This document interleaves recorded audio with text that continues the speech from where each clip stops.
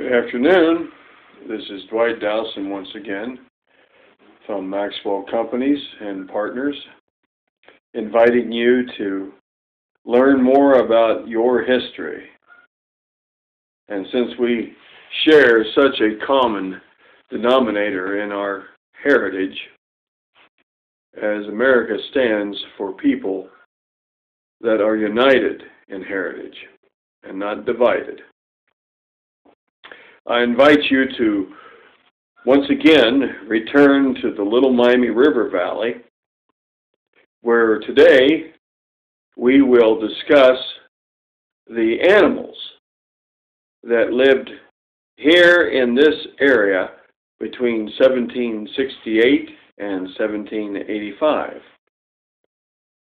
And I'm confident that someone in the viewing audience will have some good comments to offer so all of us can revisit and develop a further knowledge, an exact knowledge of what transpired in those very vibrant years as this part of the state of Ohio was working out its own destiny.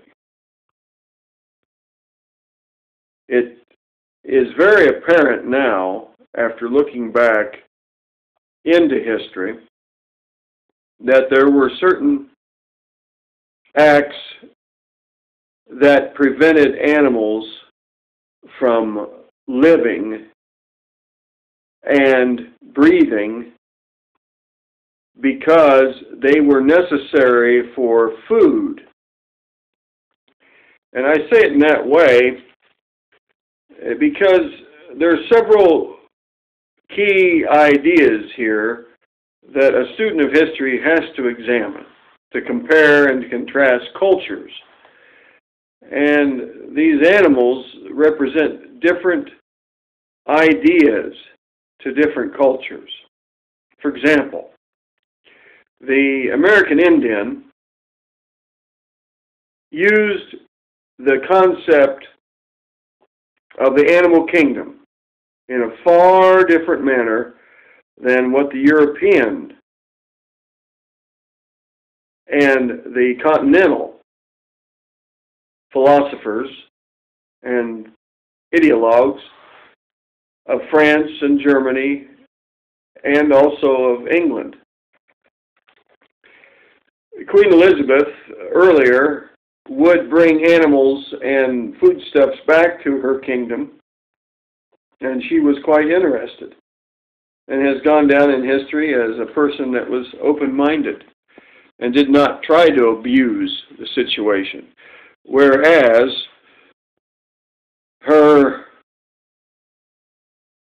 line, as it dwindled, and the Saxe-Coburgs and the Hanovers ascended the throne, there seemed to be a much more intolerant use of the animal kingdom, and consequently a lack of respect for the American native and his concept of the animal kingdom. Now, I can go on and elucidate a lot of information here on examples of what people thought about animals, but just look at the fur trade that started because of European involvement, trying to make money off of the animals that lived here on the rivers, the beaver and other animals of the water, otter, and some of these animals are now extinct here in Ohio because of this mass trapping. Now, there is a real conflict that developed between the American natives and the Europeans, and it, in large measure, has never reconciled itself because there are two very distinct mindsets here. And as I've said, they're still existing in today's society. We have one group that worships the animal as a totemic sign, and that's the American Native Indian, because animals are sacred. They are part of the great creation, of the great expanse, that Manetho, and the Great Spirit. And there's a much more symbiotic relationship with the American Native Indian with animals. And so animals were not abused. They became adopted into the world of the Indian and were considered part of the family, brothers, as it were. Good case in point is the beginning of one of our most prolific and graphic movies about this period of history, which is Michael Mann's Last of the Mohicans, where it shows in the very beginning of the film the concept of killing a deer.